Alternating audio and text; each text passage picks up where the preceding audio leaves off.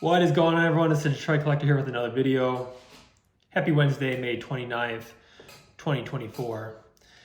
I wanted to jump on here and do a video. It's been a minute since I've posted here on YouTube. It's one of those things where life always gets in the way. Not really posting as much as I wanted to this year, but summertime's always gets real busy. But I have been purchasing some things still, and that's the point of this video. I want to show off some stuff and kind of show off some postcards.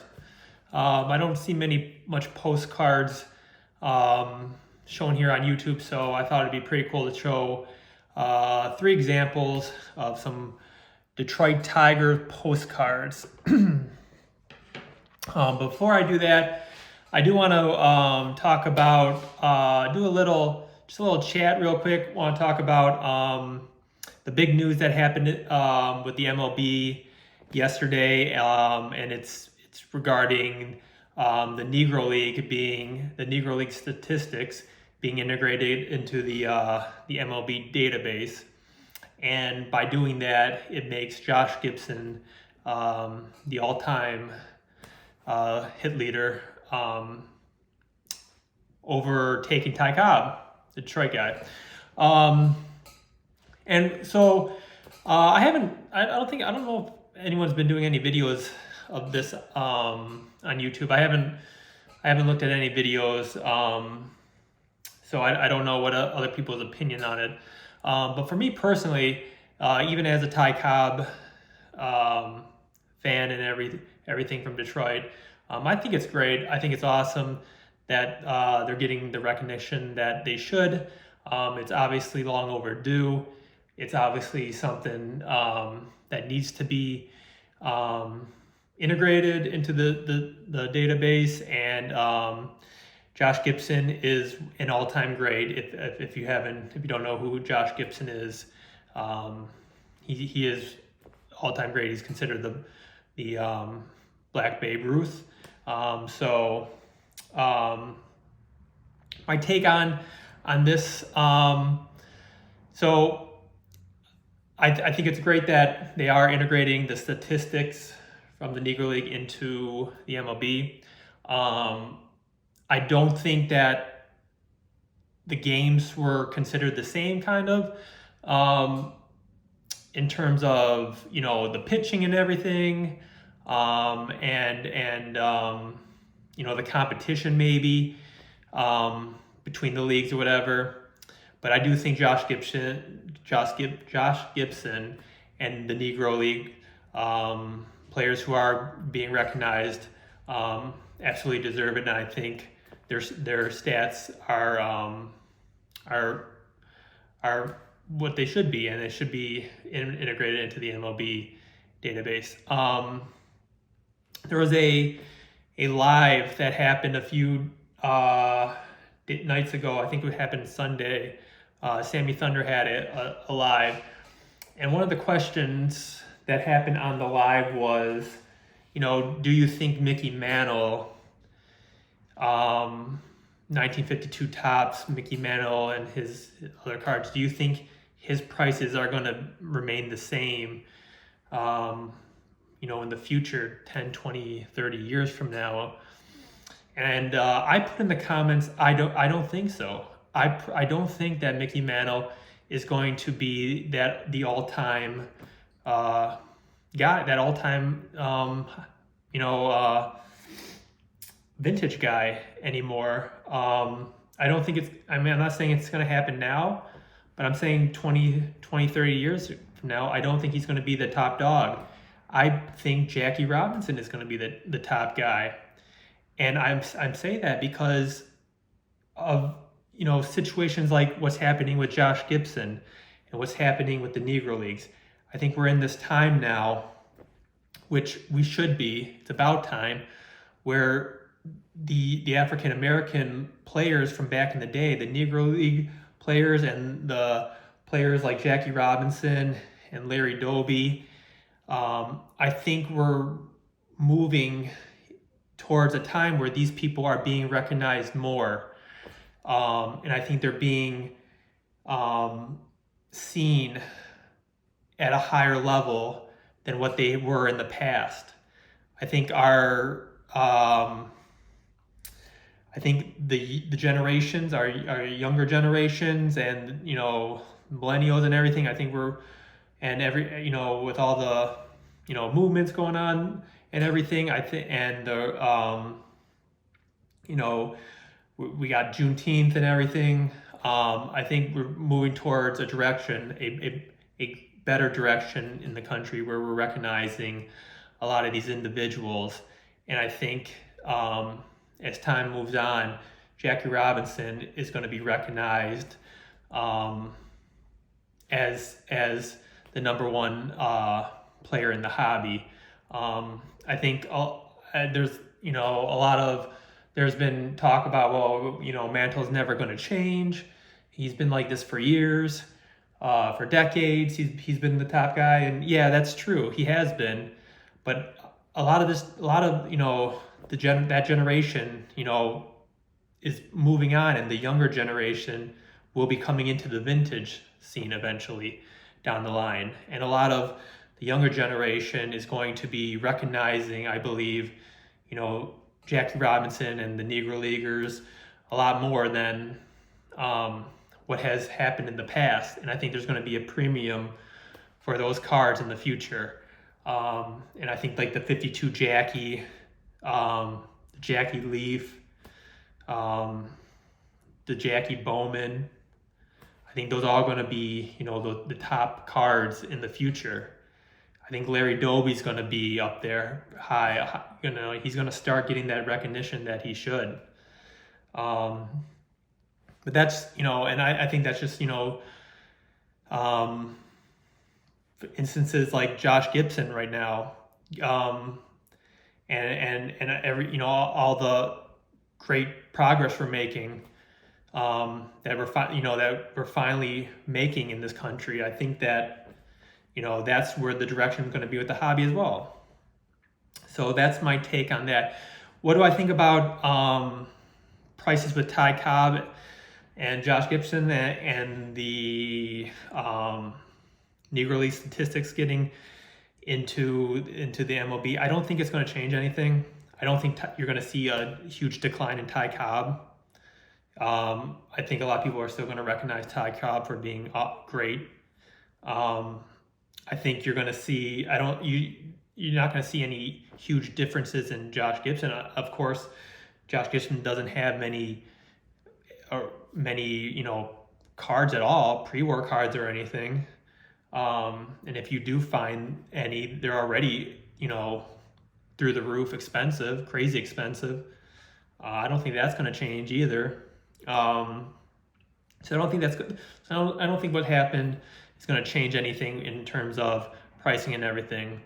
But yeah, that's just my take on it. Awesome that they're doing this finally.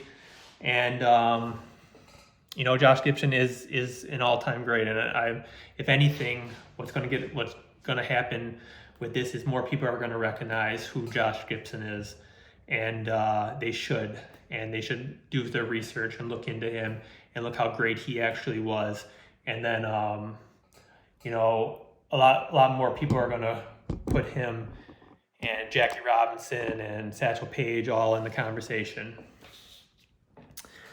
Okay, but for the main reason for this video is I want to show off some postcards. So let me flip this around really quick and show you what I got. All right, so I am a huge postcard collector, and there was in the early 1900s, like I said, between like I'll say the 1905 to like 1910, there was a huge craze for postcards. Postcards were everywhere in this country, everywhere. And in 1908, the U.S. Post Office estimated that 700 million postcards were mailed annually in 1908. So you have this huge postcard craze being created in the early 1900s.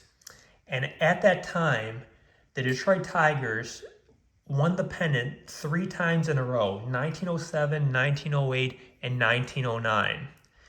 So you have this combination of a huge postcard craze along with the Detroit Tigers three-peating the pennant. You create this little you create this monster basically where Detroit just went nuts on postcards, nuts, and it's one of my favorite parts of collecting the old pre-war Detroit memorabilia. Collecting postcards is if you're going to collect Detroit, collecting postcards is a huge part of the history of Detroit, of the history of the Detroit Tigers. If you're going to collect Detroit Tigers and you're going to collect pre-war, you need to collect postcards. My opinion. So, 1907, there was a handful of companies who created postcards to represent Detroit Tigers. They did it to highlight the team and highlight the team winning the pennant 3 years in a row. So you have the Detroit Tigers who won the pennant the first year in 1907. And also you have this kid who came into the league that year. A little kid I just talked about called Ty Cobb. So you have Ty Cobb, you have Sam Crawford, you have Huey Jennings, you have this great Detroit Tiger team who's winning the pennants. What the city does is they want to represent and show how much they love the Detroit Tigers. They want to show how honored they are of the team and everything. So what they do is they start creating postcards for players and the team and everything, just to show how much they love the Detroit Tigers. So 1907 is a big year for postcards in Detroit. So I got 3 different postcards I want to show you, and I'm going to go from least scarce to the most rare, I believe. So back in 1907, there was a ton of postcards being made. There was the Wolverine news. There was the Dietsche. There was the H.M. Taylor. There was Topping Company, and the Detroit Free Press, and there was a few other ones. But the main 3 I'm going to showcase right now are the Dietsche, the H.M. Taylor, and the Wolverine news. So we're going to go from least scarce to more scarce, and I'll go into more detail and depth in other videos down the line if anyone's interested on these sets and everything. So first one I'm going to show is this right here. This is Edward Seaver. He was a pitcher for Detroit. And this is the Dietsche. So this is the 1907 to 1909 Dietsche postcard. And that's the back. And look at this. This got a marking grade on this, but there's not a single mark on it. If that's what they're considering the mark, I mean, I'll take that all day. Okay, so let's talk about this set. So the Dietsche is a 42 card set, postcard set.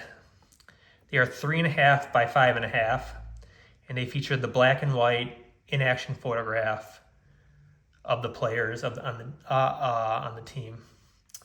And these postcards were distributed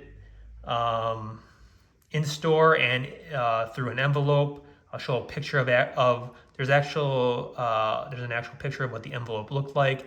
I'll put the picture right here of what these postcards were put in.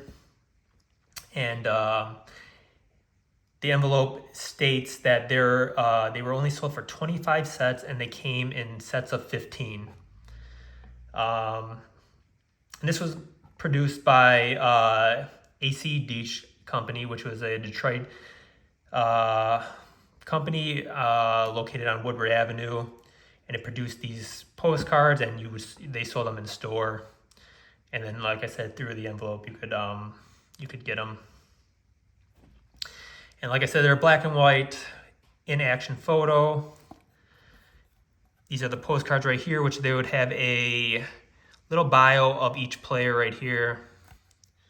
And you can see right here, 1907. That's how you can tell what year these postcards were.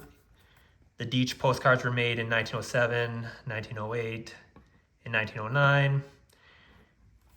They included all Detroit, and they also included a set for the Chicago Cubs, because the Chicago Cubs were the NL pennant winners.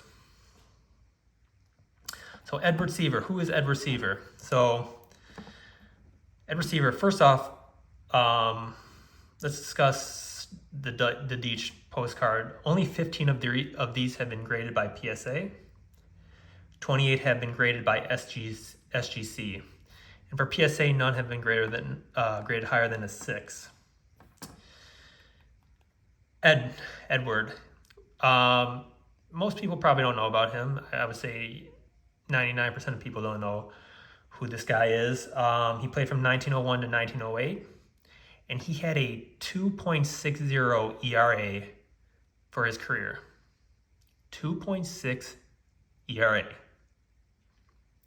In 1902, he led the league in pitching and won the ERA title with a 1.91 ERA in 25 games. He was so good that he beat out Rube Waddell, who came in second that year. So he was a good player. He was a really good player. But despite the 1.91 ERA that he got that year in 1902, his record was 8-11. So how do you have such a great ERA, but you have a losing record, an 8-11 record? Well, Detroit in 1902 was awful. And that's me just being honest. And the Detroit offense was terrible. They could not hit. And I'll give an example right here of a game where they only hit twice in the game and had 6 errors. And this was a game that Edward pitched. So you have this great pitcher with a 1.91 ERA, but you have a team who could not hit or score any runs. So it resulted in an 8-11 record for him. But he was a great pitcher, nonetheless. Like I said, a 2.60 ERA for his career. In 1902 was before Ty Cobb, before Huey Jennings, before Sam Crawford. Sam Crawford came in 1903, Ty Cobb in 1907.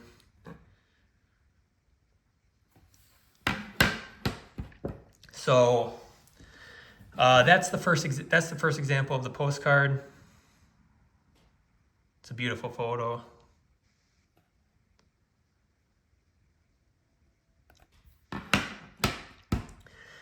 Next one I'm going to do, I was debating on which one I should do second because they're both pretty scarce. I think the H.M. Taylor is more scarce than the Wolverine news. So I'm going to go Wolverine news right now just because I think H.M. Taylor is a little more scarce. So this is the 1907 Wolverine news of Sam Crawford, and this is his bunting pose. So in this set, he has 2 poses. He has his portrait, and he has the in-action photo of him bunting and other players doing, something else. So the Wolverine news, it was a publishing company in Detroit. And it created a 20-card postcard set in 1907. for the Detroit Tigers baseball, which highlighted the reigning American League champions. Each card measures around 4x6 and features a black and white player photograph, either posed or in inaction. And this is the inaction. The Sam Crawford is the highest graded, I believe. Only 6 have been graded by PSA and 9 have been graded by SGC. And these are what the back of the Wolverine note or Wolverine news look like. So here are the 2 examples, 2 postcards from the exact same year.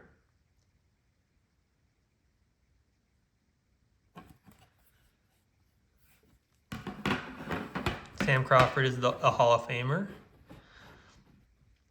And then last I'm going to show is the H.M. Taylor. So the H.M. Taylor, I believe, is more scarce than the Wolverine news. However, more of the Sam Crawford has been graded. But I believe as a set whole, H.M. Taylor there's been less H.M. Taylors graded than Wolverine news. So the H.M. Taylor is another publisher in Detroit. And they created these postcards depicting images of the Detroit players. It's only a 7-card set, and it's a 3.5 by 5.5. And again, what they did was they were highlighting the team's most beloved players. So the Sam Crawford, 4 have been graded by PSA and 19 have been graded by SGC.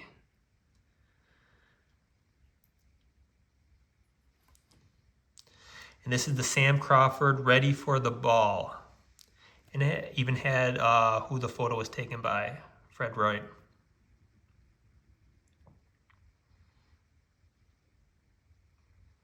Just a great photo of Sam Crawford.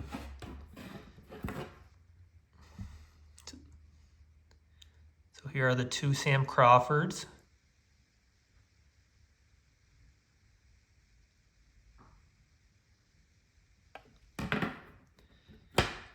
And these are what the backs look like for the H.M. Taylors. A lot less than these other ones.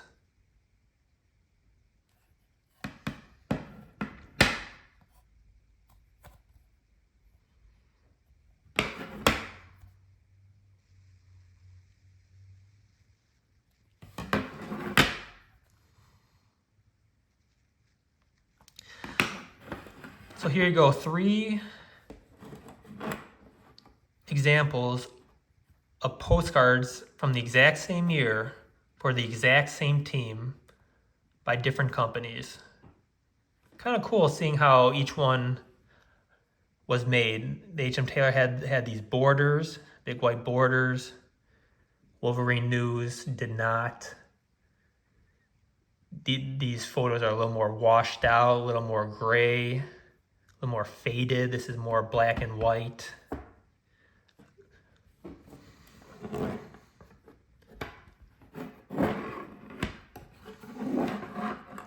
These are what the backs look like.